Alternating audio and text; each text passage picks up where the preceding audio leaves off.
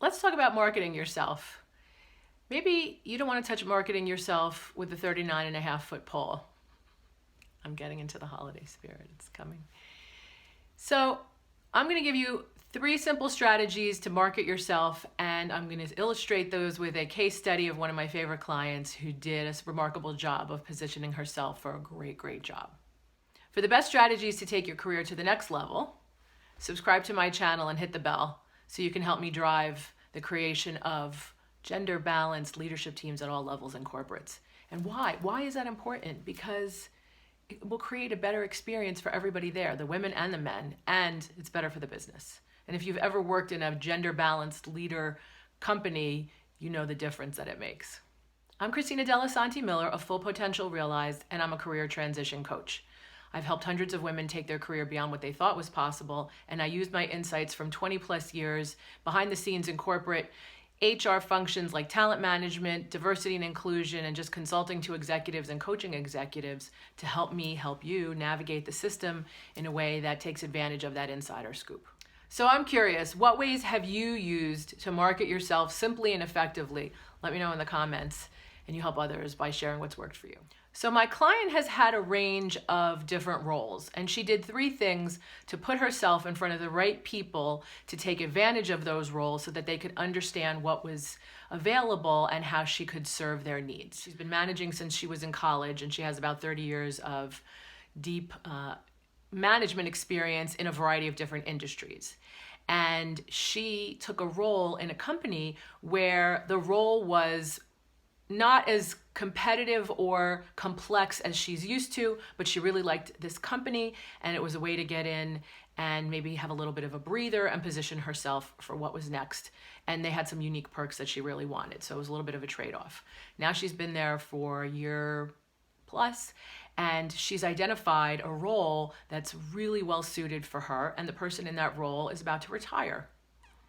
So what are the 3 things she did to get herself really well positioned for that role? First thing is she made friends with the HR person, and she generally over time has been building this relationship little by little, and they know all about her background and understand her interest and desire and capability to take on a more complex role, and her drive, her wonderful character, all that good stuff is known by the HR person. Second thing she did was to have that HR person make an introduction to the executive in the business. And just a simple meet and greet, and they had a chat, and she was able to illustrate with her different experiences how she could serve in that role in a way that would make his life easier. And why do executives need this? Because they're busy looking forward. Somebody was talking to me about this yesterday, about how executives are looking forward and trying to figure out their own career, and they are not always understanding who does what and who has what skills, and he never saw her resume, he doesn't know her. And for her to come to him and say, you need this, and this, and I can offer that, and that, and have it be perfectly aligned, saves him time and energy. Now he had a key woman opening, and he has somebody who's well suited and positioned to fill it, who already has credibility and traction in the organization. And he may never have known that if she didn't put herself in front of him to have this candid conversation. Third thing she did, which I think is vital, is she had a conversation with her manager before going to meet with this executive. She has a great relationship with her manager, so her manager is supportive, and she wanted to make sure that she wasn't blindsiding her. So one of the things, it's tricky, you don't want to let your manager know that you want to leave, even if you're staying inside the organization. At the same time, you want them bought in, and you want to be in alignment. You also don't want to surprise them. You want to be in alignment with them. So she was thoughtful about that conversation that she had with her manager, and it worked to her benefit, because then when the executive came back to her manager, the manager was all for it and not surprised and not feeling caught out. So it looks like it's working out for her. This person may not leave right away, but she has time to shadow that person, learn the ins and outs of the job, plan her transition, and it gives her manager a time to plan for that transition to backfill her role. So win-win all around.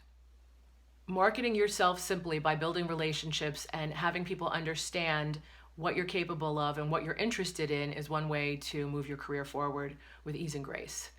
Another thing you can do is use my 8-step system to take yourself from haphazard and maybe unintentional to focused, intentional, using a proven system to map out your career activities and to focus your attention and energy on the ones that are going to make the difference for you. If you're interested in learning more about this proven system that I built from interviewing successful women executives and the executives who promoted and hired them, check out the free cheat sheet at fullpotentialrealized.com/advance. There's a little video that goes with it. It's about 19 minutes. If you watch it on double time, it's 10 minutes. I'll leave you a playlist. Check out these additional videos for more tips, strategies, and tactics to fully optimize your career and reach the trajectory that you're really capable of. And please like this video, give it a comment, share it with your friends, and subscribe to the channel if you haven't already done so. Thanks. I look forward to seeing you next time.